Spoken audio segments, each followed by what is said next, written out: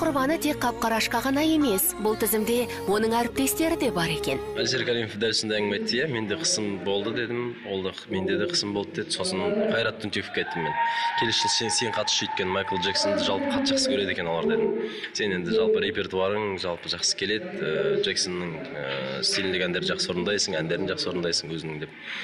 Сонымен барды қатысты отборлық турда жақсы Джексонның әндерін айтып өзінің сүйікті Pourquoi je ris деген французша әні болды Қайрат Түнтековтың.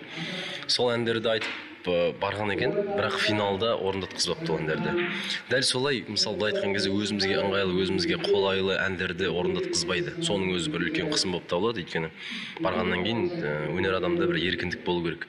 Ол не айтам десе де өзінің еркісінде болу керек, өйткені әрбір өнерпазға өзіне ыңғайлы әндер болады, ыңғайсыз әндер болады. Сондықтан ыңғайлы әнді таңдауға ол кісілер кедергі болды. Ыңғайсыз әндер беріп, сөйтіп былай айтқан кезде жолымызды дөңгелегімізге ағаш тығып деген сияқты сондай бір